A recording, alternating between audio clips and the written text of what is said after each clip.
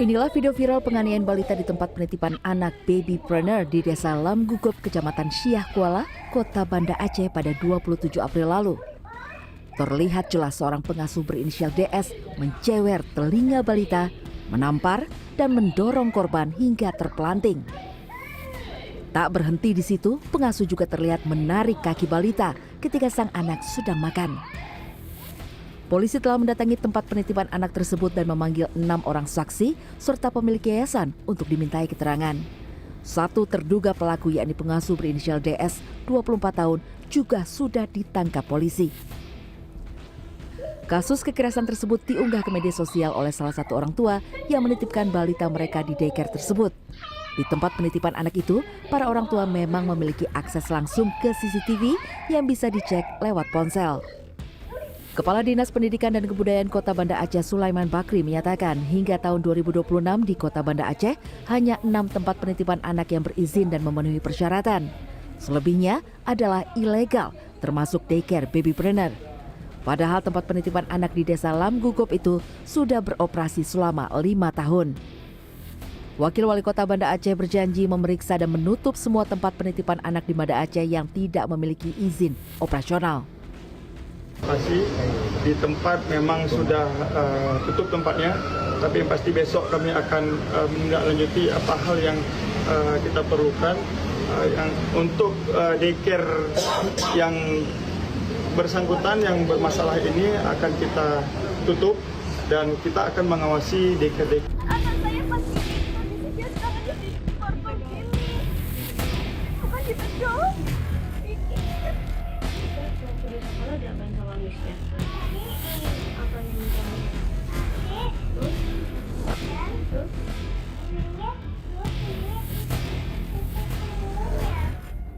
Sebelumnya, kasus dugaan penganiayaan anak mengemuka di daycare Little Aresa di Sorosutan, Umbul Harjo, Yogyakarta. Jumlah korbannya mencapai 53 anak. Selama dititipkan di daycare, para korban tidak dipakaikan baju dan hanya mengenakan popok. Tangan dan kaki mereka juga diikat dengan kain. Saat ini polisi sudah menetapkan 13 orang tersangka yakni ketua yayasan, kepala sekolah, dan 11 pengasuh. Polisi juga masih mendalami dugaan keterlibatan seorang hakim di Provinsi Bengkulu dan dosen di salah satu kampus di Yogyakarta sebagai Dewan Pembina Yayasan. Tim Liputan CNN Indonesia.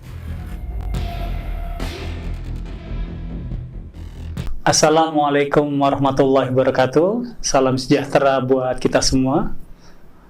Hari ini kita kembali bertemu dalam acara JP Talks 2 bersama Kang Tata Sudrajat. Beliau adalah pimpinan di Save the Children Jakarta, di Indonesia sebenarnya, Save Children ya, di Indonesia. Kita ingin cerita tentang fenomena daycare para penonton. Jadi memang ada belakangan ini kita lagi rame ya, Pak Jasra, Kang Tata, tentang fenomena daycare di Jogja. Ini juga baru masuk lagi, Kang Tata, Pak Jasra tadi menyampaikan ada di Aceh, dan ada satu lagi ini sedang diidentifikasi sama KPI. Ini laporannya melalui link-link memang, yang memang ini memang zamannya, jadi pelaporan itu melalui link gitu ya, diterima dan kemudian diidentifikasi, kita kerjasama dengan kepolisian, misalnya dengan Cybercrime, itu mengecek ini dari mana gitu kan. Tapi sebelum kita serius ke sana, saya mau bawa prolog diskusi ini. Sebelum mulai, kita ingin menyampaikan bela sungkawa dulu. Karena baru saja Indonesia sedang perhatian kepada peristiwa di KRL yang membawa duka bagi banyak pihak, terutama para pekerja perempuan yang memang mengandalkan transportasi kereta. Hari ini kita akan diskusi daycare tentunya, tapi kita akan bergeser tentang daycare, fenomena kekerasan di daycare yang baru saja menjadi berita viral. Yang sebenarnya bukan hanya viral tapi menjadi perhatian masyarakat karena ini sesuatu yang sehari-hari dan itu seperti kekerasan itu kita membayangkan anak kita, itu yang sering terjadi karena kita memiliki ketakutan yang sama loh, keresahan yang sama loh. Diskusi kita hari ini karena memang kita lagi concern di isu perlindungan anak, ada fenomena kekerasan anak di daycare Jogja yang dihadapi oleh 103 anak ya, dan itu aku nggak kebayang ya, kalau itu bayi dan balita kita yang dititipin situ, dan menghadapi itu gitu ya, kekerasan berulang-ulang dan sekian lama gitu. Dan saya lihat di media Pak Jasra kayaknya KPAI udah kesana gitu ya. Bahkan ada muncul kasus-kasus baru juga di KPAI. Mungkin bisa cerita Pak Jasra hasil terakhir update di sana seperti apa Pak Jasra peristiwa ini? Iya, yang Jogja ketika peristiwa itu terinformasikan ya ke publik dan kita mendapatkan laporan, kita langsung melakukan pengawasan ya ke Jogja, mendatangi TKP dan juga berkoordinasi dengan pemerintah daerah ya. Ada beberapa temuan kita terkait Jogja.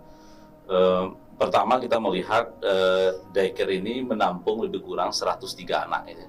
Oh, memang 100 sampai 100 ya. Cukup padat ya. Dan kalau dilihat dari sisi fasilitas yang ya sesak lah ya, sebagaimana gambar atau video yang kita lihat gitu ya. Sesak, kemudian anaknya terikat gitu ya. Kemudian itu nggak pakai baju juga Pak Jasra? Karena ruangannya nggak ada AC. Jadi sumpah gitu ya, dan ini memang tidak manusiawi gitu ya. Dan oleh sebab itu tentu kami apresiasi ya Polda DIY dan hal ini Polres melakukan langkah-langkah penegakan hukum gitu ya. Dan kami sudah menyampaikan karena pelaku adalah orang terdekat di dalam Undang-Undang Perlindungan Anak ada pemberatan gitu ya, sepertiga dari hukuman asal gitu ya. Nah, kemudian temuan lain kita juga melihat ada menyembunyikan kejahatan ini secara sistematis gitu ya. Misalnya, maksudnya gimana tuh sistematisnya? Tua hanya boleh menjemput dan mengantar sampai di depan pintu, jadi nggak boleh masuk gitu ya. Gimana Pak? Dia datang nih ngantar anak? Ya datang ngantar anak, kemudian diambil oleh pengasuh di depan pintu dan nggak bisa masuk ke dalam. Ya, kemudian menjemput juga begitu. Jadi dan ini daycare-nya bukan daycare 2 hari 3 hari, udah 10 tahun. Dan pernah berubah nama juga dengan nama lain gitu ya. Jadi ada upaya sistematis walaupun di SOP-nya tidak tertulis, tapi menurut pengakuan terduga pelaku yang ada tersangka 13 orang itu juga diinstruksikan oleh pengelola atau kepala daycare-nya gitu ya. Itu temuan yang kedua yang kita temukan. Nah, yang ketiga, daycare ini tidak berizin. Jadi ini sebetulnya terkonfirmasi dari hasil survei KPAI tahun 2019 di 9 provinsi ya, terkait TPA dan waktu itu TAS ya, Taman Anak Sejahtera. Memang hampir 44% daycare dan TAS atau TPA waktu itu tidak berizin gitu ya. Dan 43%. 44% dari 9 provinsi yang kita survei waktu itu, termasuk juga Jogja. Salah satu sampling provinsi itu salah satunya Jogja juga. Nah, tentu ini menjadi keprihatinan kita ya, betapa situasi-situasi ini terutama yang tidak berizin, dan yang terbaru juga ada di Aceh ini.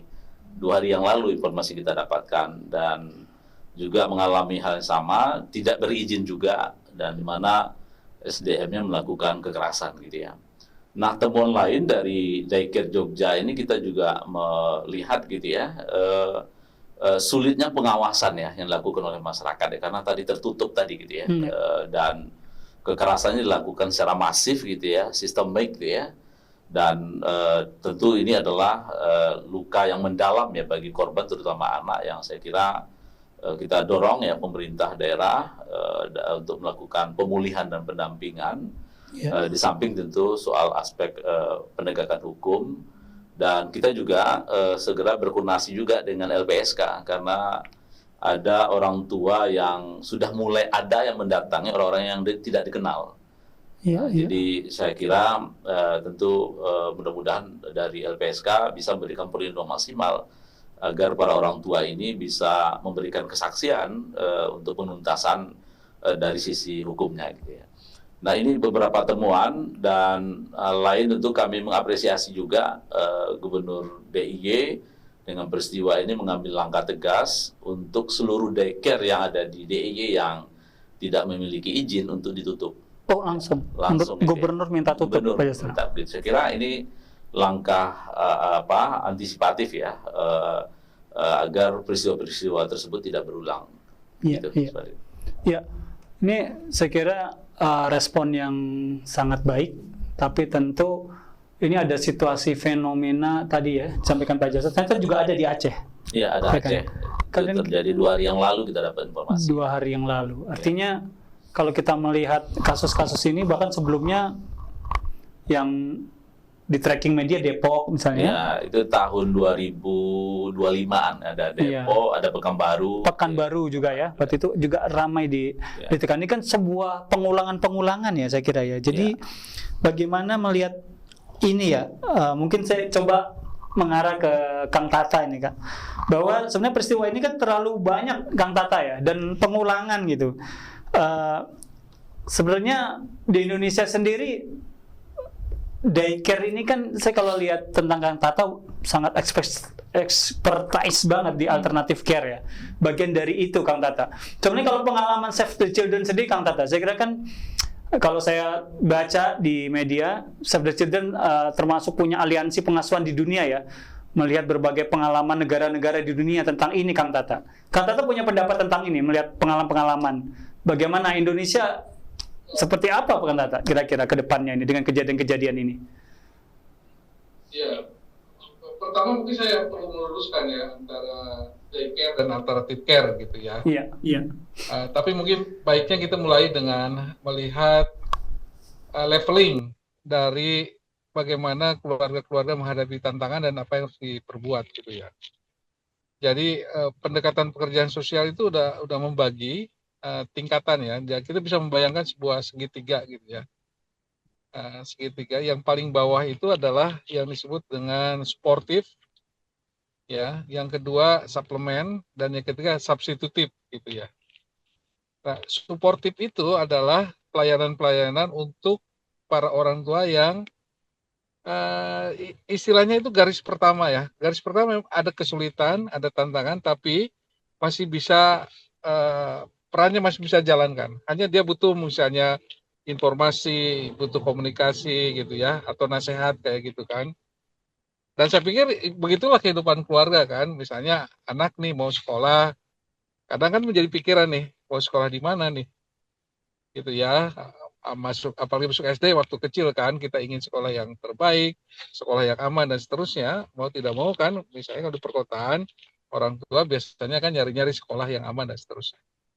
Nah itu yang sportif ya. Atau pergi ke lembaga konsultasi, ada hotline, ada LK3 ya, lembaga konsultasi keluarga ya untuk dapat itu. Atau bahkan dari orang tua, dari tetangga gitu ya. Semua informasi yang diperoleh kayak gitu. Nah itu sportif ya. Jadi ada sesuatu yang mulai mengganggu tapi masih bisa dijalankan peran. Tapi ada yang naik kedua yang disebut suplemen itu sudah mulai ada tambahan nih. Ya, seperti kalau badan kita lemas, sakit atau gitu kan perlu vitamin dan sebagainya. Persis juga di keluarga ketika ada peran-peran yang mulai nggak bisa dijalankan. Gitu. Pada umumnya kan terbagi dua ya. Misalnya yang kalau sifatnya ekonomi, misalnya kan pemerintah bikin bantuan sosial ya. Ada program keluarga harapan. Nah, itu tuh suplemen tuh. Agar pada keluarga agar dia bisa misalnya dapat dukungan secara ekonomi atau juga psikologis dan seterusnya. Nah, daycare ini juga salah satu solusi sebenarnya yang suplemen istilahnya. Karena itu tambahan buat keluarga yang punya kesulitan atau peran pengasuhan tidak dapat dijalankan karena kedua orang tua bekerja. Nah, itu suplemennya. Jadi titipkan anak ke daycare gitu. Jadi dalam daycare itu, orang tuanya masih ada, masih berjalan, masih berfungsi, hanya peran tertentunya yang mendapat kesulitan, oleh karena itu opsinya ke daycare. Nah, yang ketiga adalah substitutif.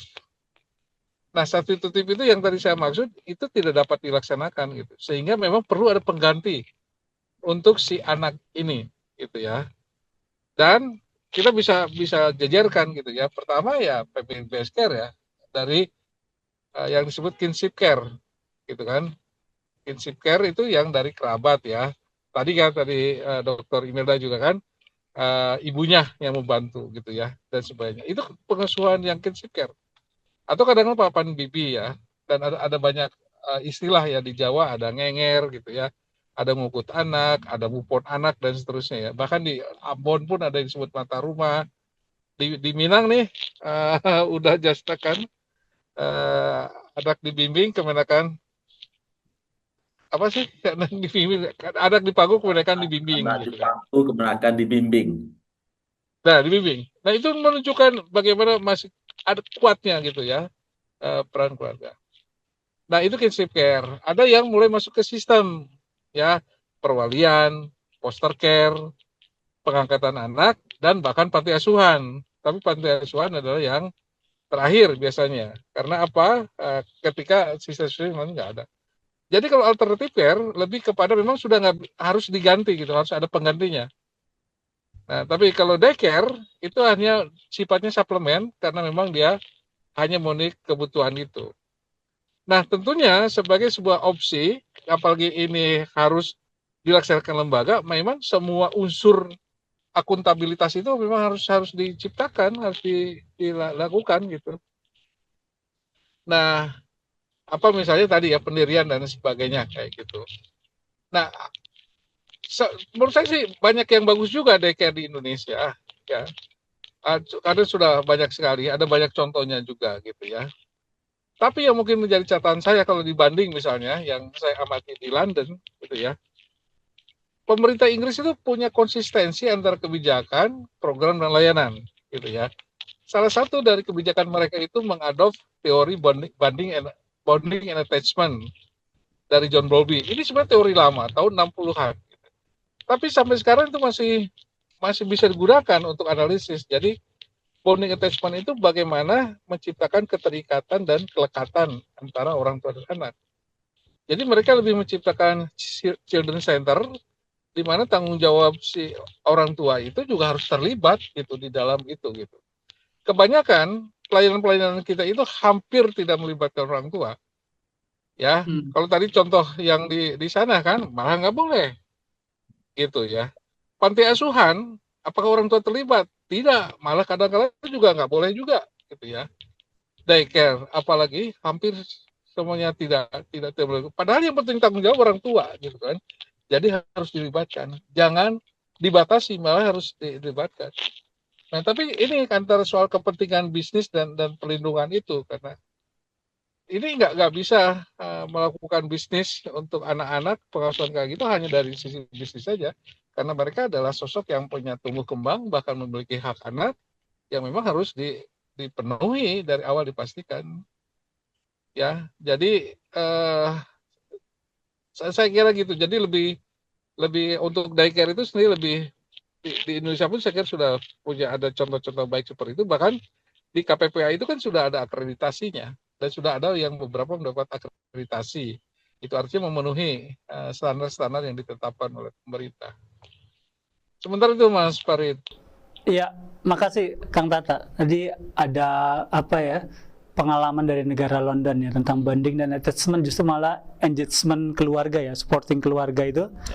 Meskipun tadi Kang Tata bilang sebenarnya daycare itu bagian dari kebutuhan suplemen tadi ya, bicara sportif, bicara apa tadi, substitutif ya, tentang substitutif itu.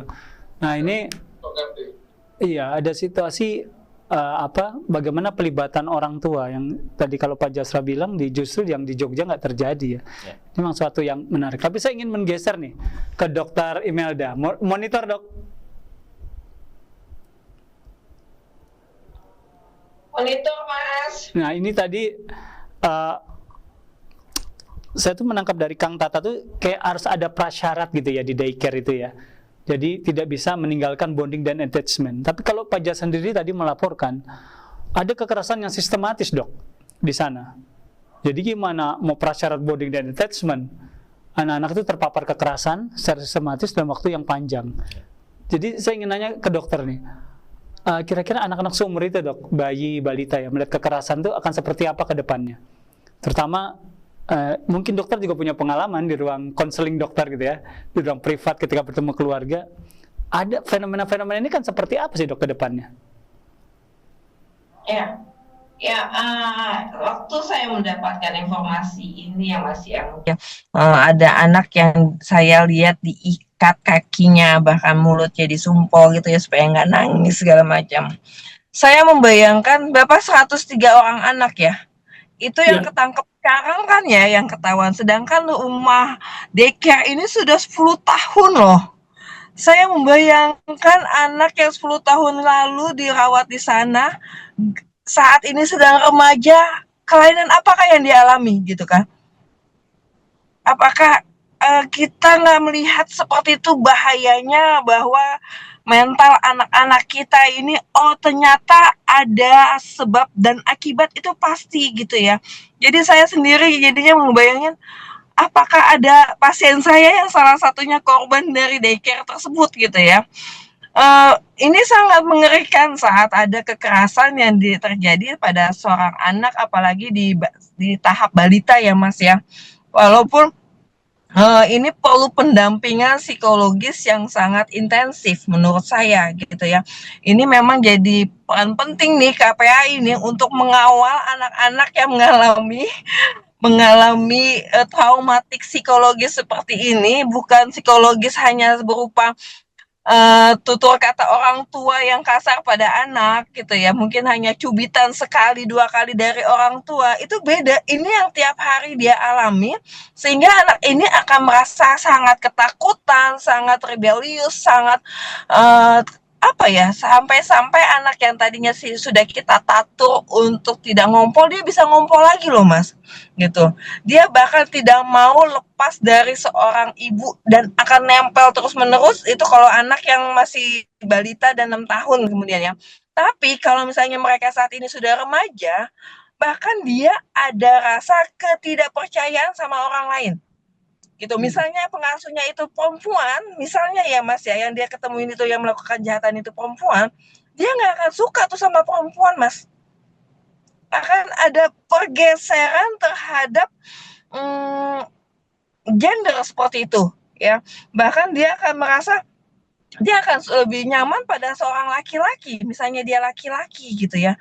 Mungkin dia perempuan juga dia akan merasa dirinya itu seorang yang tidak mau mendekati punya teman yang seorang perempuan seperti itu. Bahkan dia bisa jadi seorang yang tomboy atau ada kelainan secara gendernya juga. Yang paling kita takutkan adalah penyimpangan dari seksualnya gitu ya. Ada yang menjadi gay atau menjadi dan lain sebagainya gitu ya. Itu mengerikan buat saya. Saya membayangkan anak-anak yang sudah 10 tahun ini apakah dari dulu sampai sekarang memang perlakuannya seperti itu di daycare itu, atau memang baru-baru ini juga perlu Pak ya, saya dilihat juga Pak, mundur ke belakang, apakah ini terjadi sudah selama 10 tahun ini memang sudah ada budaya yang seperti itu di daycare itu gitu kan. Apakah memang ibu-ibunya tidak boleh masuk ke dalam seperti itu ya. Sebetulnya kita seorang ibu juga mestinya curiga ya harusnya ya. Kenapa kita tidak boleh masuk ke tempat yang anak kita titipkan gitu. Kenapa kita tidak boleh mengenal orang yang kita titipkan. Sedangkan saya untuk mencari ART saja, A sampai Z harus saya tanya gitu kan. Apalagi kalau misalnya kita menitipkan anak kita di daycare tersebut gitu ya.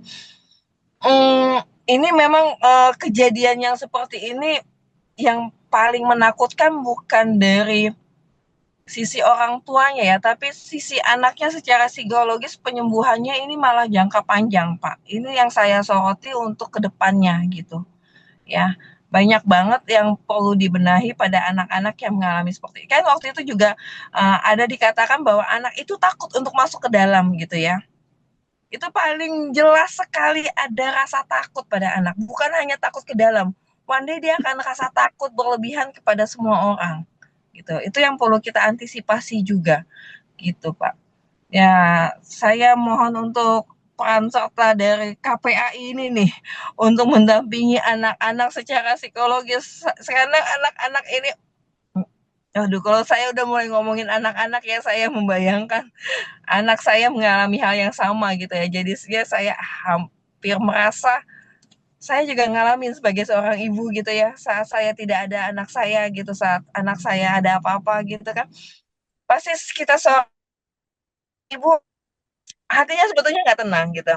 Tapi karena tuntutan dari profesi, ya kalau saya pribadi saya tuntutan dari profesi, seperti kata Pak Tata bilangnya, biarkan Tuhan yang menjaga anak-anak kita gitu ya, Kang Tata ya. Karena kita juga melakukan tugas untuk kemanusiaan juga gitu ya. Jadi saya benar-benar menyerahkan ke orang-orang tertentu memang itu karena ketidakmampuan saya gitu. Jadi memang saya perlu peran pengganti gitu. Ya, ya thanks God peran pengganti itu tidak terlalu dominan terhadap anak-anak saya gitu ya. Tapi kalau misalnya sampai kekerasan ini, saya nggak tahu berapa lama mereka harus didampingi secara psikologis. Seperti itu, Pak. Gitu, Mas, Iya. Mas Per. Iya. Iya, makasih Dok. Ini gimana ya? Saya membayangkan situasi anak-anak ini ya, bagaimana mereka mendapatkan pendampingan ya. Itu kan butuh benar-benar spesialis ya, membaca situasi mereka. Tentu bukan orang biasa gitu ya, karena ini dampak-dampaknya. Izin menambahkan. Ya. Dan perlu juga orang tuanya dikasih ujangan ya, pengertian ya, bahwa mereka juga perlu punya extra time gitu ya, bahkan kesannya kalau saya bilang menggantikan waktu yang telah hilang untuk memperbaiki psikologis anak-anaknya. Dari orang tua juga kita perlu mengajarkan mereka bagaimana caranya mendampingi anak-anak yang memang butuh bonding dengan orang tuanya, seperti itu, Mas. Iya. Memang apa ya, aku tuh kalau jadi orang tua gini Dok, mikirnya jadi pernah loh ngadepin situasi gitu, kemudian aku menyesal. Tadi dokter bilang sesuatu yang harus digantikan waktu, itu penyesalan itu juga bagian dari psikologis orang tua yang ketika terungkap ini, itu nyesalnya kayak apa tuh? Siapa yang nyembuhin penyesalan itu kan Dok? Itu kalau anak kita tuh, kita penyesalnya tuh beda loh, nyesalnya tuh gimana ya kalau dideskripsikan itu? Kayak sesuatu yang nggak bisa hilang, nah itu suatu yang berat juga Pak Jasa saya kira pada orang tua ya, Kang Tata. Tapi yang menarik tadi dibilang Bu Dokter, sebenarnya harus ada peran-peran pengganti ya. Bagaimana daycare ini kita harapkan jadi peran pengganti ya. Jadi Kang Tata, kalau di pengasuhan kita sering bicara ini Kang Tata, tentang misalnya apa tadi Kang Tata bilang kinship care ya, yang keluarga sedara. Kemudian ada juga foster care ya, bagaimana ada keluarga pengganti gitu ya. Kemudian ada institusi yang disebut apa, kalau Kang Tata sering bilang tuh last resort lah, sesuatu yang terakhir. Nggak tahu daycare itu termasuk institusi nggak, tapi Kang Tata praktek keluarga-keluarga pengganti ini kan juga terjadi di daycare ya. Sebenarnya banyak apa ya, kalau saya pernah dengar Kang Tata bagaimana praktek baik foster care, bagaimana membuat keluarga-keluarga pengganti yang baik. Terus akan seperti apa Kang Tata? Bisa nggak daycare ke arah sana gitu Kang Tata? Enggak, kalau daycare memang terbatas, hanya mengganti layanan biasanya dari pagi ya sampai sore gitu ya. Posisi orang tuanya kan tidak tergantikan kalau daycare ya. Kalau di alternative care yang foster atau adopsi, memang posisi orang tuanya diganti oleh orang lain, dan itu kan ada ketentuan dan aturannya. Kalau di daycare ini kan sebenarnya tetap orang tuanya, hanya fungsi-fungsi pengasuhannya itu yang kemudian di take over oleh daycare gitu.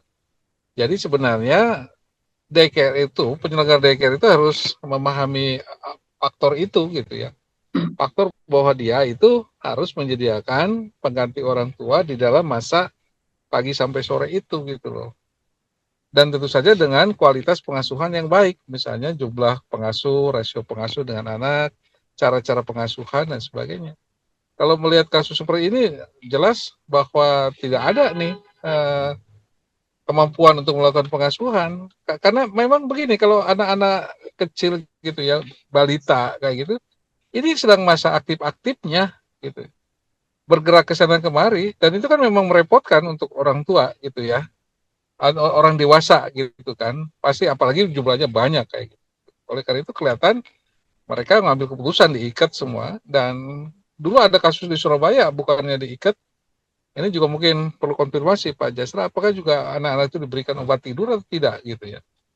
Karena yang tenang-tenang itu kelihatan nggak mungkin tenang kalau anak-anak itu ketika mereka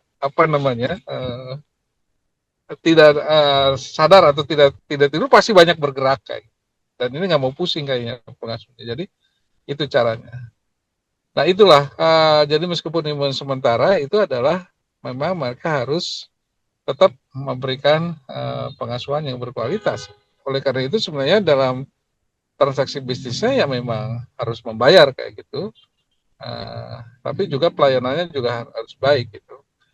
Nah tidak selalu harus mahal juga sebenarnya kan, karena apa namanya, ada beberapa contoh ya, daycare yang tadi Pak Jasar sebut ya, Taman Anak Sejahtera Kemesos itu kan kebanyakan justru untuk di kalangan masyarakat ya, ada yang di pasar gitu ya. Di Jogja itu kan ada tuh, ada TPA atau tas yang di Pasar Beringharjo gitu, ada di Kampung Nelayan dan seterusnya gitu kan, karena mereka kan juga sibuk juga ya, orang tuanya, sehingga perlu itu layanan. Tapi yang penting adalah mengerti bagaimana memberikan pengasuhan, dan itu memang harus dilatih, bukannya dilatih, harus disertifikasi dia, mereka itu disertifikasi bahwa mereka memang punya kemampuan untuk memberikan pengasuhan. Kalau tidak, itu dekatnya ke kekerasan seperti tadi, karena yang akan terjadi adalah stres nggak bisa kita kontrol. Nah itu anak-anaknya akan menjadi korban. Jadi memang harus ketat sekali menurut saya sih untuk penyelenggara daycare ini. Iya. Terima kasih Mas Farid. Ya, makasih Kang Tata. Ya, ini sebenarnya istilah dari Kang Tata ini kan sebenarnya kan kebutuhannya apa ya, dengan terjadi kekerasan ya Pak Jasra. Tetapi sebenarnya di balik itu kebutuhannya tuh ada Pak Jasra untuk masyarakat urban. Ya. Artinya kan ini sesuatu yang nggak bisa terelakkan ya, bahwa daycare itu harus ada. Tapi Kang Tata bilang tadi menggarisbawahi harus ada sertifikasi nih. Nah, sebenarnya ada nggak sertifikasi pengasuhan, istilah gitu kan?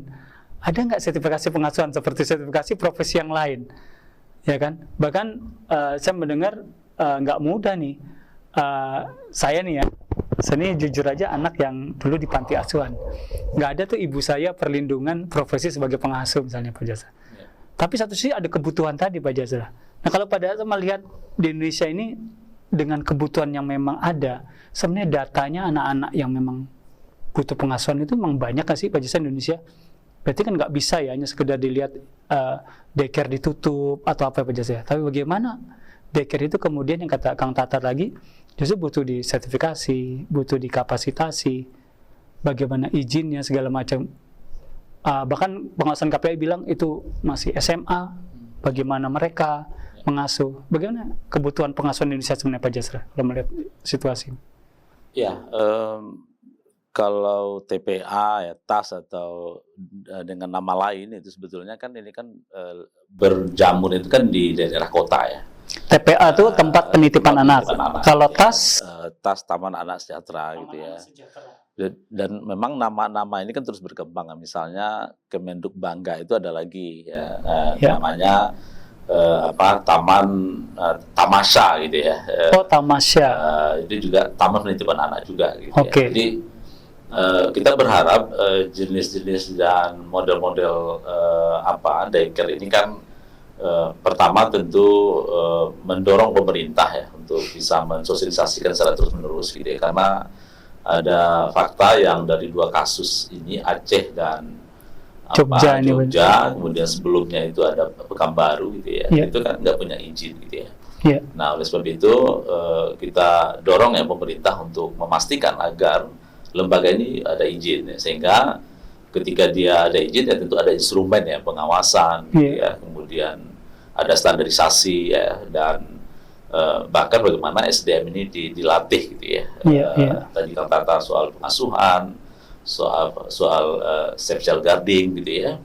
Kemudian termasuk juga misalnya mekanisme rujukan ya, katakan kalau ada dalam masa rentang penitipan itu ada situasi-situasi yang katakan orang tua tidak bisa dihubungi gitu ya. Nah kira-kira kita rujuk kemana gitu ya, karena bagaimanapun juga anak kan perlu dikatakan butuh rujukan gitu ya. Nah apakah ke kesehatan kah atau mungkin seperti apa gitu ya.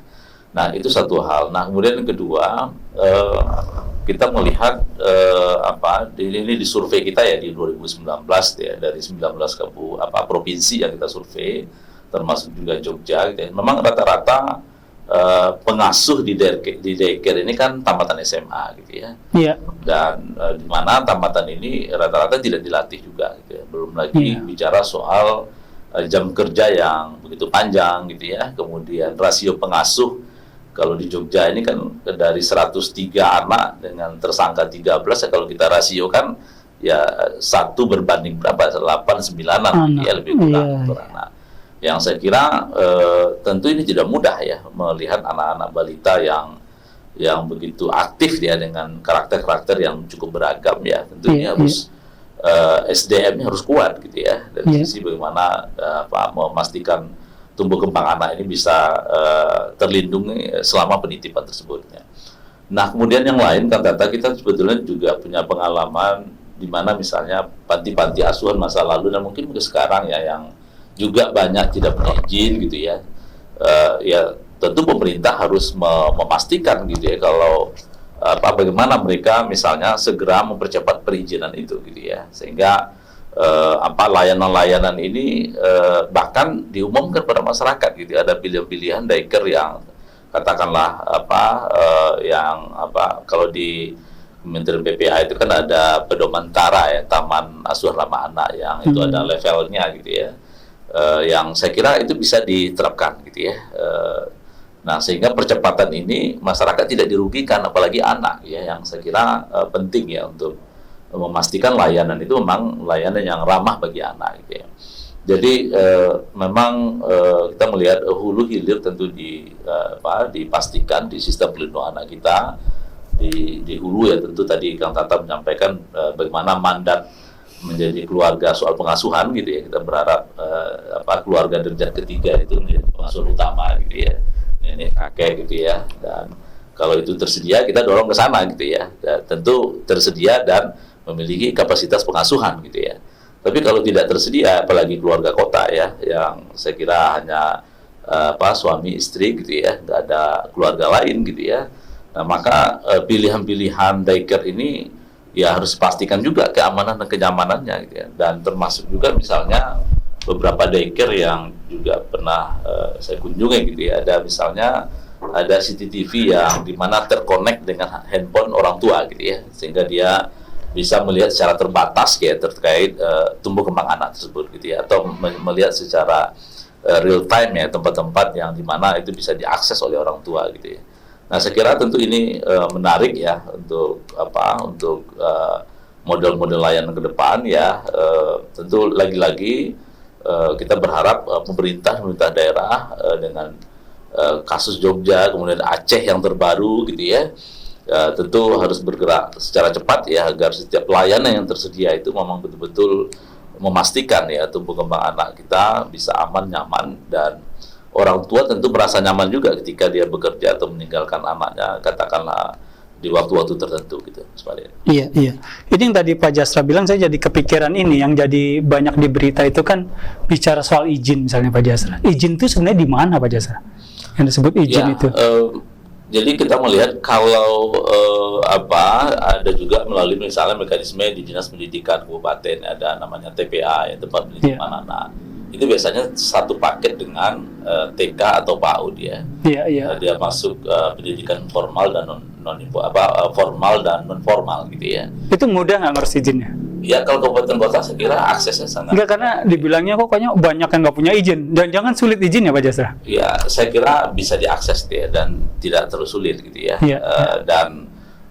Dan menurut saya ya tentu pemerintah yang jemput bola juga gitu. Kenapa ketika melihat layanan itu dibuka gitu ya, kemudian apalagi misalnya RT RW nggak tahu gitu, atau desa kelurahan nggak tahu gitu ya, ini tentu pengampu wilayah itu harus memastikan gitu bahwa lembaga layanan itu berizin gitu ya, karena tentu kita tidak ingin ya kasus-kasus seperti ini gitu ya. Nah begitu juga dengan tas yang sampaikan oleh Kang Tata gitu ya, itu juga bisa melalui mekanisme dinas sosial dan seterusnya. Oh gitu. Kalau tadi TPA di Kementerian Pendidikan, di Dinas Pendidikan gitu ya. Tas di Kementerian Sosial. Gitu Oke. Ya. Nah itu ada pedomannya, ada standarisasinya, kemudian termasuk juga pengasuhnya gitu ya, itu ada ketentuan-ketentuan di pedoman ini. Nah itu yang saya kira ya pada akhirnya pemerintah harus mensosialisasikan dan terus mengedukasi gitu masyarakat agar anak tidak dikorbankan. Iya. Ini gara-gara ini saya jadi mikir nih Kang Tata sekarang. Kan dikatakan bahwa pelaku-pelaku kekerasannya tuh perempuan, Kang Tata. Padahal kalau melihat ibu saya, ibu kita semua, pasti pengen dong istilahnya menjawab permasalahan anaknya. Itu kan suatu yang naluriah gitu loh, Kang Tata. Jadi ketika terjadi kekerasan misalnya 13 tertangkap, saya yakin di hati mereka itu Kang Tata pengen loh meningkat kemampuan saya tentang mengasuh, ya kan? Saya nggak tahu juga apakah prakteknya lebih banyak ketika orang tua melakukan pelanggaran kemudian dihukum, gitu ya. Tapi bagaimana orang tua punya niat meningkatkan keterampilannya? Di mana itu Kang Tata melakukan itu? Apakah daycare atau pengasuhnya punya niat ingin meningkatkan kemampuan mereka? Itu harus kemana di negara ini Kang Tata? Apa Kang Tata punya pengalaman mungkin melihat situasi ini, di mana mereka bisa meningkatkan kapasitasnya? Ya, Save the Children itu kan membantu KPPK mengembangkan pengasuhan positif ya, dengan ya disiplin positif, anti kekerasan, tapi juga kita menambahkan pendekatan perkembangan otak gitu ya. Dan itu sudah bisa diakses secara link ya, secara internet. Dan itu menarik menurut saya, karena kami ciptakan yang bisa berlatih sendiri, Mas. Waktu kurang lebih sebulan lalu itu sudah sekitar 7.000 mungkin yang mengakses itu. Orang-orang yang bekerja langsung, terutama orang yang bekerja langsung sebagai pengasuh ya, kayak di sekolah rakyat, di panti asuhan, kader PKK pun di Jakarta sudah banyak yang bahkan sampai lulus dan mendapat sertifikat itu. Jadi ada berlatih sendiri, dan itu dengan banyak contoh ya, ada materi, ada video gitu ya, ada kuis dan ada ujiannya. Nanti kalau mau tahap ke modul berikutnya, dia ada ujian lagi gitu. Sampai nanti ada tes untuk mendapatkan sertifikat. Dan itu free kok, tinggal daftar ke situ, link ke situ, ngikuti prosedurnya, dan bisa belajar sendiri. Idealnya memang harus ada pertemuan offline-nya ya, untuk mendiskusikan beberapa hal yang mungkin masih perlu diperdalam kayak gitu. Nah, itu satu cara. Tapi sebenarnya yang namanya parenting itu udah banyak sekali gitu ya. Bahkan di tontonan film aja kita bisa belajar tentang parenting gitu ya. Kemarin saya baru nonton Nawila misalnya, kan itu tentang parenting film itu ya. Bahkan itu teori lama yang masih relevan ya, soal parenting style ya. Ada yang otoriter, ada yang otoritatif, kemudian ada yang permisif, dan ada yang neglect kayak gitu. Jadi kalau dalam kasus itu kan neglect banget gitu.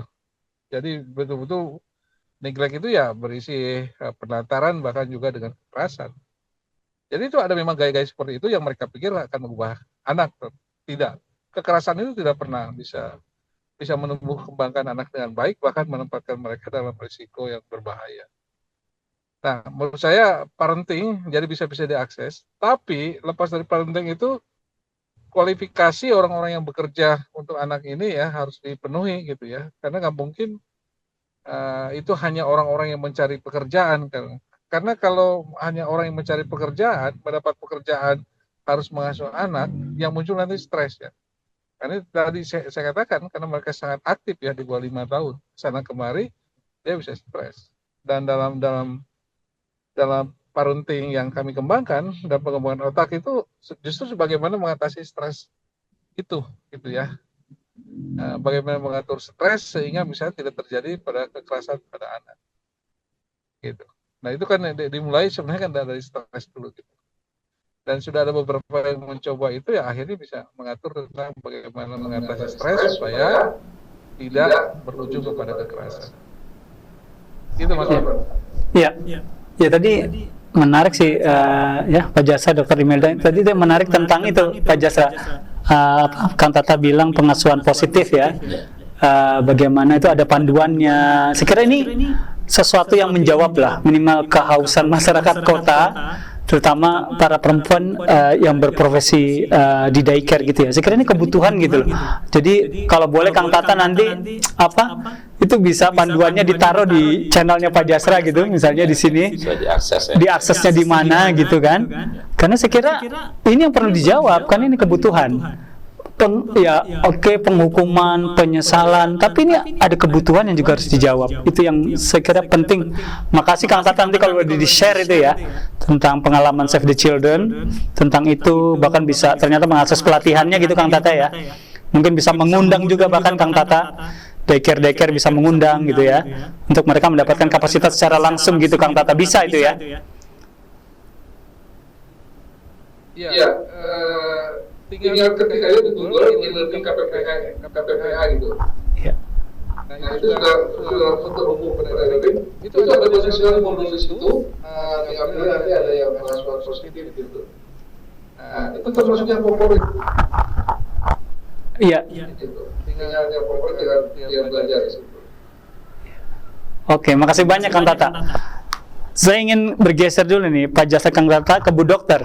Bu Dokter, tadi kalau penjelasan tadi kan kita sedang bicara situasi nggak tahu ya bagaimana Bu Dokter nanti melihat ini ya tentang psikologis perempuan yang bekerja menjadi di daycare.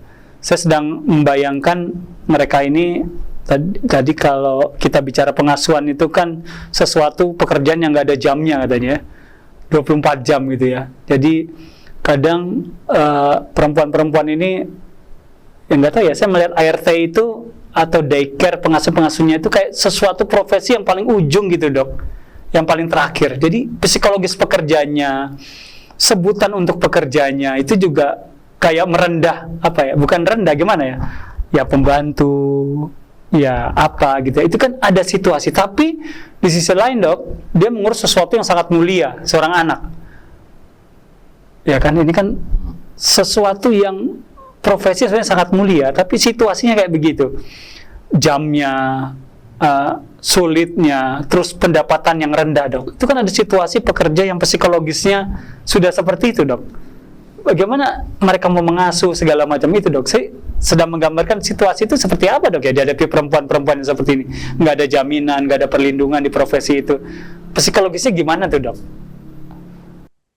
Ya, saya menyorotinya ya memang mereka sekedar seperti kata Pak Kang Tata tadi bilang ya, bukan hanya sekedar mau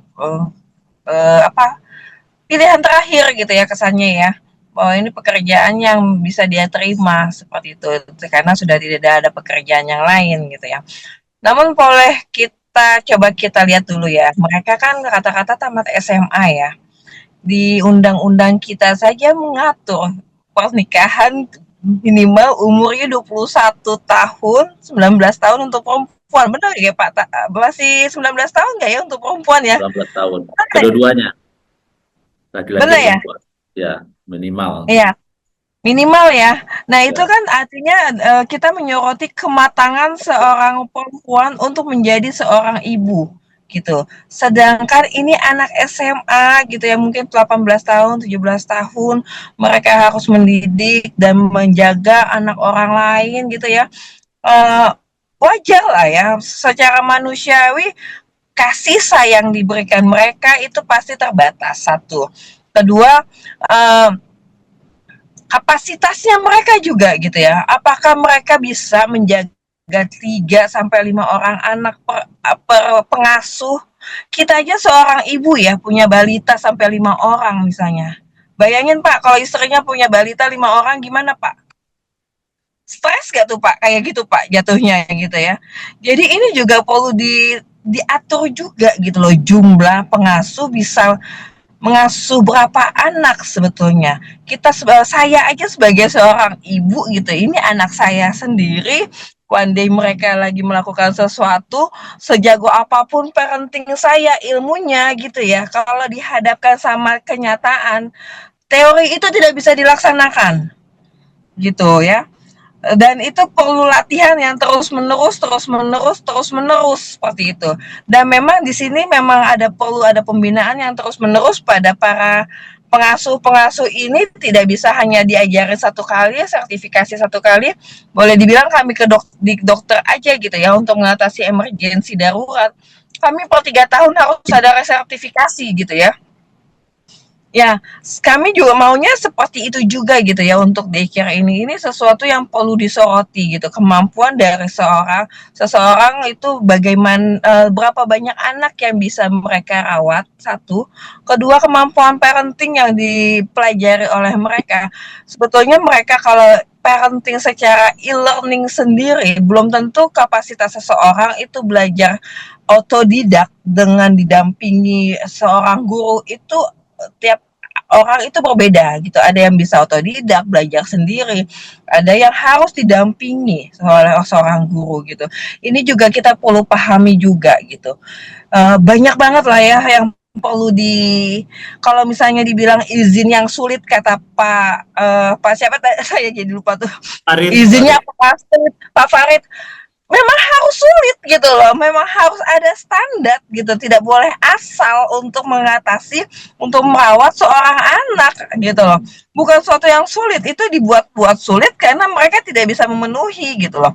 Sebetulnya itu sudah standar yang ideal yang harus dipenuhi oleh semua daycare gitu. Kebayang nggak Mas Farid kalau misalnya saya nggak sertifikasi emergensi, saya nggak punya kemampuan untuk jahit luka gitu Mas Farid ya, saya nggak punya kemampuan untuk tindakan yang lain sebagaimana. Mas Farid mau nggak ke dokter seperti itu?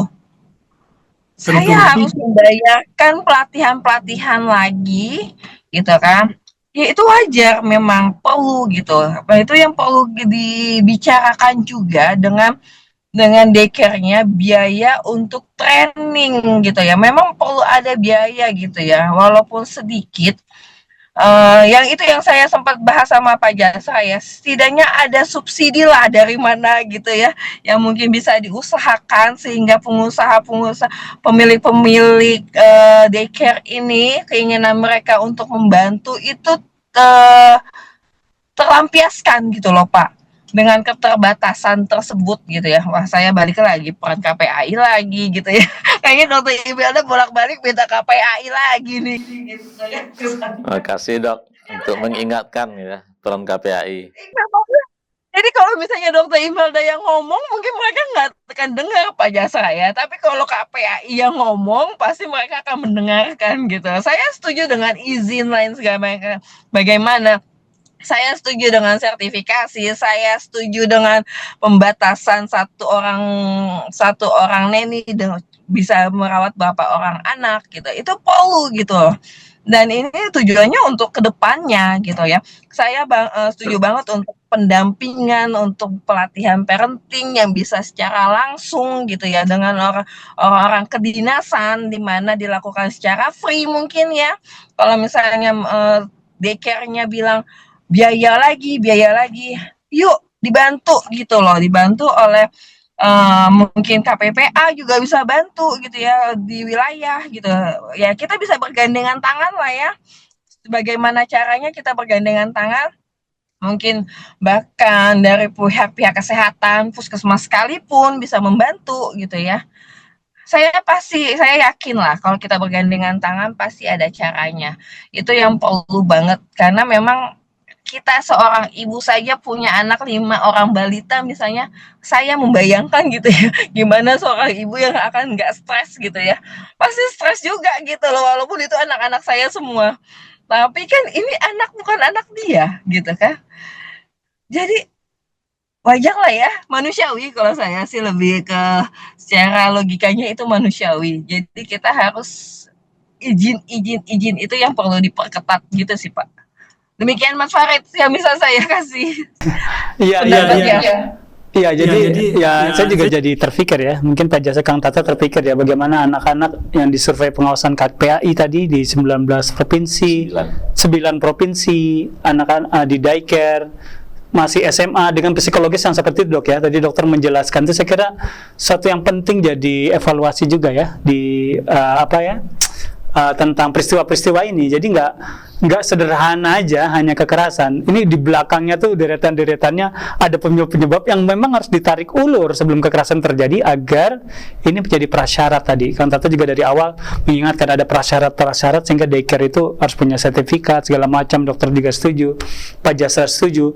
Tapi kita sampai di sesi terakhir nih, sesi terakhir kita. Tapi saya rasanya belum puas nih. Saya pengen tanya ke Kang Tata sekali lagi. Kang Tata, di beberapa negara tuh seperti Kang Tata pernah ngajak saya dulu cerita tentang core asset ya, kalau salah dari Inggris. Itu mereka punya semacam stimulan Kang Tata bagi profesi pengasuh dan diakui gitu. Tapi kalau di Indonesia gimana prakteknya Kang Tata ya? Bisa nggak kayak core asset?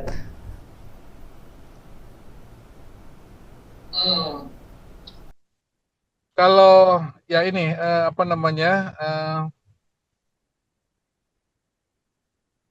bisa juga sebenarnya ya, tapi saya khawatir bahwa keuangan negara tidak mungkin untuk itu ya, karena kalau ditarik kepada misalnya undang-undang kesejahteraan sosial gitu ya, penyelenggaraan usaha kesejahteraan sosial itu menjadi tanggung jawab pemerintah dan masyarakat gitu ya, tanggung jawab bersama gitu. Seringkali bingung tanggung jawab siapa sebenarnya gitu ya antara pemerintah dan masyarakat. Iya. Artinya sebenarnya udah digariskan gitu ya, kan berimplikasi bahwa segala pembiayaan itu juga kan termasuk dalam masyarakat. Bahkan sebenarnya kalau bicara soal ya pengasuhan saja gitu kan, panti asuhan itu mayoritas, bukan mayoritas, super mayoritasnya kan di masyarakat. Pemerintahnya sedikit, dan paling pemerintah itu kan kasih subsidinya gitu kan. Kalau dulu kan ada bantuan untuk permakanan dan sebagainya, tetapi untuk membayar orang itu, nah kecuali memang program-program pemerintah langsung ya bisa gitu ya, kayak PKH, bahkan sekolah rakyat dan sebagainya. Artinya itu memang program yang diinisiasi dan dikembangkan oleh pemerintah. Tapi kalau ini masyarakat, sampai saat ini saya rasa belum ada apa namanya evidence gitu ya yang memberikan subsidi seperti itu. Menurut saya ini perlu dibicarakan atau ya diinisiasikan, itu jadi semacam reward gitu ya. Kalau pemerintah menetapkan standar, maka rewardnya adalah diberikan kepada penyelenggara pelayanan yang memang bisa menerapkan standar. Saya kira itu akan memacu lembaga-lembaga itu juga untuk mengikuti standar, menerapkan standar. Jadi kan kadang-kadang teman-teman LKSA juga bertanya, nggak kalau saya terapin SNPA, Standar Nasional Pengasuhan Anak, misalnya saya dapat apa gitu.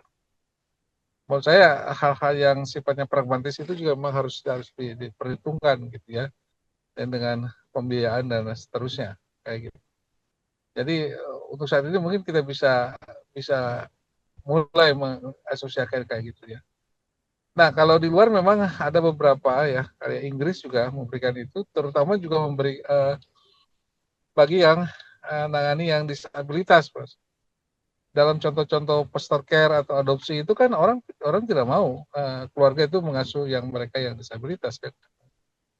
Karena sesungguhnya kayak adopsi itu kan seharusnya anak butuh orang tua, tapi kebanyakan adopsi karena orang tua butuh anak gitu. Dia tidak punya anak lalu mendapatkan anak dan adopsi. Oleh karena itu akan selalu dipilih anak-anak yang memang kelihatannya baik, sehat dan sebagainya, yang disabilitas enggak. Gitu. Nah itu menjadi memang dalam kerangka konvensi hak anak itu menjadi tanggung jawab negara untuk mengambil alih pemenuhan itu.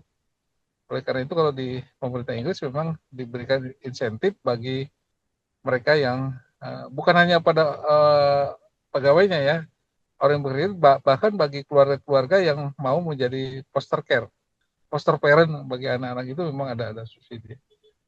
Nah, di kita mungkin harus hati-hati juga kalau itu pertimbangannya itu, karena mungkin ada banyak motivasi untuk melakukan itu yang justru akan membahayakan pada anak itu juga. Gitu. Nah, ini menarik saya kira bahasan di dalam konteks kesejahteraan gitu ya, baik dalam konteks anak maupun keluarga dan masyarakat. Ya. Terima kasih Mas Farid. Ya, ini sekarang balik lagi nih jadi ke pemerintah, karena pemerintah cuma Pak Jasra dia. Tadi kan Tata bilang sebenarnya menarik loh kalau misalnya tapi pemberian itu semakin meningkatkan kapasitasnya gitu ya. Jadi saya membayangkan bukan berlomba-lomba untuk lebih baik, tapi maksudnya ini penting loh, positif gitu ya. Pemerintah punya kebijakan yang positif karena ini sebuah kebutuhan yang ada di masyarakat, ya kan? Jadi kita ingin ini jadi closing penutup juga di diskusi ini. Dari Pak Jasra, nanti juga Dr. Imelda. Tapi sebelumnya tadi Kang Tata udah closing Dr. Imelda dulu, sekarang Pak Jasra nih di studio terakhir. Jadi bagaimana nih Pak Jasra? Jadi setelah kita diskusi ini kan memang situasinya apa ya, kalau saya bilang dari peristiwa rentetan kekerasan di daycare ini kita tahu banyak soal, mulai dari masalah tadi ya sangat hulu di sana, yaitu soal ekonomi misalnya, sehingga kedua suami istri harus bekerja tadi maksudnya, kemudian menitipkan anak menjadi suatu pilihan, bahkan sebenarnya mereka tidak punya pilihan selain menitipkan gitu kan. Kemudian menitipkan bayi di tempat yang baik itu memang biayanya tadi Kang Tata ya ada yang bagus-bagus tapi sangat mahal misalnya gitu kan. Sehingga pilihannya tempat murah, tetapi ternyata bayi dan balitanya menjadi korban eksploitasi ekonomi, mendapat perlakuan salah dan kekerasan, bahkan kata dokter berjangka panjang. Dan menurut saya agak mengerikan tadi bahasa dokter tadi ya, situasi anak itu nanti ke depan. Dari closing statement tadi dokter, banyak yang sulit izin, artinya ke depan yang ingin kita bilang daycare memang menjadi solusi Pak Jasra, tapi bagaimana agar tadi dokter bilang saya mau bilang izinnya dimudahin, kata dokter nggak boleh gitu, memang harus sulit gitu ya didapatkan. Tapi bagaimana kapasitas peningkatan keterampilan pengasuhan tadi udah dikasih tahu oleh Kang Tata. Manajemen rujukan, apakah negara ada ketika terjadi peristiwa, apakah ada tempat melapor, tapi juga adakah tempat belajar, tadi juga dijawab. Jadi menurut Pak Jasra, bagaimana ke depannya daycare ini? Padahal ini sebuah kebutuhan. Ya. Apa perlu regulasi Pak Jasra? Ya, saya kira kan kalau masyarakat itu kan sederhana aja, pemerintah harus hadir katanya. Nah, bagaimana cara hadirnya? Ya tentu melihat daycare ini bukan soal urusan domestik gitu ya, tapi juga bagaimana ini adalah urusan generasi kita gitu ya. Nah, oleh sebab itu ini dengan Kang Tata nih yang kita 15 atau 10 tahun yang lalu yang Kang Tata yang mendorong agar rancangan undang-undang pengasuhan itu segera disahkan. Rancangan undang-undang pengasuhan. Iya, itu kita berharap pemerintah dan DPR itu bisa mengesahkan itu, dan itu pernah masuk di prolegnas di Prode DPR yang lalu. Karena kalau kita lihat peraturannya hari ini dan termasuk juga PP 44 tahun 2017, Kang Tata nampaknya belum terlalu kuat untuk mengatur atau menarik pengasuhan-pengasuhan yang katakanlah yang masing-masing itu gitu ya. Nah, oleh sebab itu saya kira ya tentu kita petakan ya apa yang sudah ada, apa yang kosong gitu ya. Tapi menurut saya ini menarik ya untuk melihat agar problem ini bisa terselesaikan secara sistematik ya. Responnya sama, penyelesaiannya sama gitu ya. Dan apalagi bicara isu pengasuhan ini, memang di Undang-Undang Pelindungan Anak sudah ada sebetulnya mandat menjadi orang tua gitu, mengasuh, mendidik, mencegah terjadi pernikahan usia anak gitu ya, melakukan pendidikan karakter gitu ya. Tapi nampaknya tidak cukup. Harus ada satu payung lagi untuk menguatkan Undang-Undang Pelindungan Anak ini. Nah, ini Kang Tata ini ahli yang mengusulkan itu juga naskah akademiknya gitu ya. Mudah-mudahan ini juga menjadi PR kita bersama Kang Tata untuk melihat ini lagi, mereview kembali gitu ya. Nah, kemudian yang kedua tentu untuk jangka pendek ya kita berharap pemerintah mengambil langkah melakukan evaluasi terkait daycare yang ada itu, karena kalau dibiarkan gitu ya kemudian tumbuh subur begitu saja sebuah entitas bisnis ya tentu lagi-lagi anak yang dikorbankan gitu ya. Jadi satu sisi memang itu adalah kebutuhan masyarakat, terutama masyarakat kota gitu ya, yang dimana keluarga yang hanya keluarga inti gitu ya, tapi di sisi lain bagaimana layanan-layanan ini ada jaminan. Nah, yang ketiga saya kira ya tadi orang tua tentu harus memilih pilihan yang sangat selektif gitu ya. Dan ya tentu kita berharap kalau bisa ya diasuh oleh keluarga besarnya gitu ya. Tapi kalau nggak ada pilihan ya pada akhirnya ya tidak ada pilihan, dia menitipkan dengan situasi-situasi yang ya katakanlah kalau memang keluarga itu dari sisi ekonomi memiliki kemampuan ya mungkin dia akan mengambil pilihan yang standar tinggi. Tapi kalau yang katakanlah para, mohon maaf, buruh pabrik gitu ya, kemudian para pekerja yang serabutan dan seterusnya, dan dia harus meninggalkan rumah gitu ya, tentu pilihan-pilihannya pada akhirnya berada pilihan-pilihan yang standar yang tadi ya, dia ada gitu ya. Kemudian dengan kapasitas SDM yang terbatas dan seterusnya. Nah, saya kira tentu ini ya kembali lagi ya, bagaimana memastikan peran-peran negara menjawab situasi-situasi kebutuhan masyarakat ini. Gitu. Ya menarik sih. Jadi JP Talks-nya tuh kayak nggak mau berhenti gitu. Tapi apa daya kita dibatasi waktu nih. Dokter Imelda, Kang Tata, Pak Jasra.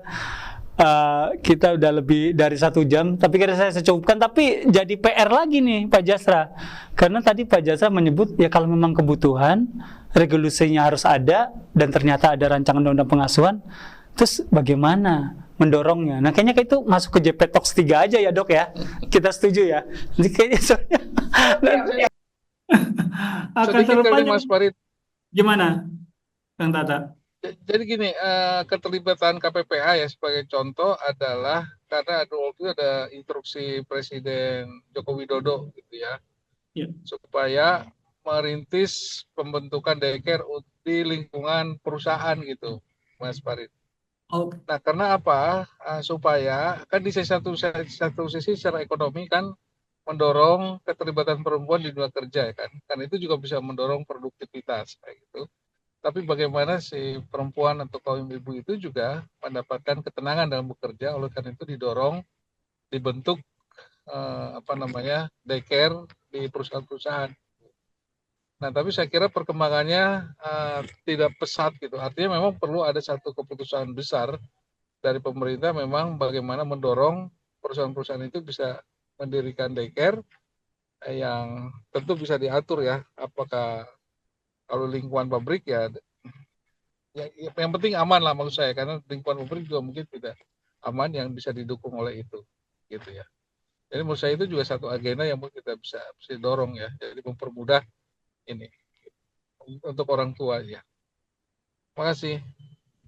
Iya, Kang Tata. Wah, ini kalau udah bicara keputusan besar nih, wah ini ngeri banget ini. Jadi butuh keberanian betul-betul nih Pak Jasra. Saya kira ini yang memang jadi PR bersama saya kira nih. Ini Kang Tata nitip PR nih. Buat kita semua. Bagaimana mendorong ini Pak Jasra. Ini udah bicara ring 1 nih, agak ngeri presiden harus didorong hal-hal yang harus berani diambil dalam situasi memang menjadi kebutuhan masyarakat. Iya, saya kira dari regulasi pedoman terkait daycare itu kan sudah banyak ya, baik yang dikeluarkan oleh Kementerian Pendidikan Nasional ya dalam hal ini dalam bentuk PAUD dan TPA dan sejenisnya. Kemudian ada TAS gitu ya, kemudian ada standarisasi taman asuhan ramah anak TARA ya, kemudian ada Tamasa juga oleh Kemenduk Bangga. Ya tentu saya berharap ini disosialisasikan secara masif kepada penyelenggara daycare ya untuk merujuk kepada standar ini gitu ya, dan termasuk juga kalau memang belum berizin ya segera mengurus izin dan syarat-syarat lainnya. Kemudian yang kedua ya tentu secara cepat ya tentu harus memastikan bagaimana dari sisi pengawasan gitu ya, baik pengawasan oleh pemerintah daerah, kementerian dan lembaga, dan tentu KPAI ada di sana gitu ya, dan termasuk juga kita memohon juga kepada masyarakat ya untuk melakukan pengawasan gitu ya, dan bagi orang tua yang membutuhkan layanan daycare ya tentu harus selektif ya, melihat soal rasio pengasuhan, kemudian kapasitas mengasuh daripada SDM daycare-nya, dan termasuk juga dari sisi fasilitasnya itu seperti apa gitu ya. Nah mudah-mudahan peristiwa Jogja, Aceh ini adalah peristiwa terakhir gitu ya. Nah namun ya besok kita ada rapat koordinasi dengan kementerian dan lembaga. Mudah-mudahan apa yang menjadi diskusi ini menjadi putusan-putusan yang berorientasi pada kepentingan terbaik bagi anak kita dan menjadi masukan juga gitu ya. Dan mudah-mudahan ini menjadi pembelajaran penting ya, karena bagi kita di KPAI deretan angka kasus anak ini satu kasus itu sudah cukup banyak untuk belajar melihat sistem pelindungan anak kita. Nah, oleh sebab itu alarm Jogja, alarm peristiwa daycare Aceh ya tentu dua kasus yang menurut saya sangat luar biasa dan korbannya cukup banyak, dan mudah-mudahan tidak terjadi lagi di masa yang akan datang. Oke, terima kasih Pak Jasa untuk closing JP Talks 2. Sekalinya saya berterima kasih untuk semua yang sudah menonton, dan bagi yang ingin memberikan komentar bisa di bawah. Apalagi besok katanya Pak Jasa mau rapat kementerian lembaga juga tentang ini ya. Seperti masyarakat juga punya pengalaman, ada sesuatu yang bisa sampaikan. Mungkin lewat komentar di JP Talks 2 juga bisa menjadi bahan masukan Pak Jasa untuk di bahan rapat besok. Silakan. Tapi terakhir saya mau bilang, izinkan menutup JP Talks 2 kali ini, izinkan Dr. Imelda, Kang Tata, dan Pak Jasra dengan sebuah kalimat. Setelah diskusi ini, saya kira kita semua melihat bahwa daycare ini tidak boleh sekedar lihat bisnis. Karena di dalamnya sedang ada generasi kita, aset bangsa, generasi emas kita yang tidak boleh hanya dilihat sekedar bisnis, saya kira.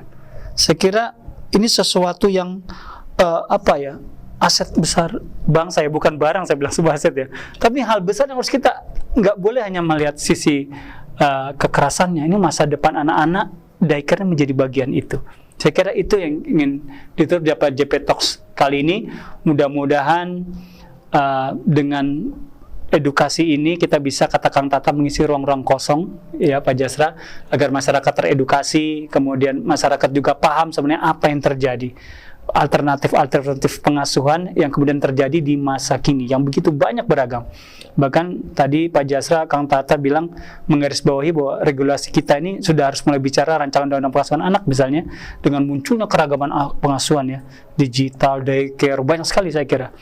Dan ini menjadi concern pemerintah juga ya, terkait pembangunan SDM gitu ya. Ya, saya kira itu ya kita kawal secara bersama. Ya. Oke, terima kasih sekali lagi. Sampai di sini acara kita. Terima kasih Kang Tata. Iya, terima kasih Pak Jasra di studio atas kehadirannya di JP Talks 2. Sampai jumpa, kita tutup. Assalamualaikum warahmatullahi wabarakatuh. Salam sejahtera untuk kita semua. Terima kasih yang sudah menonton.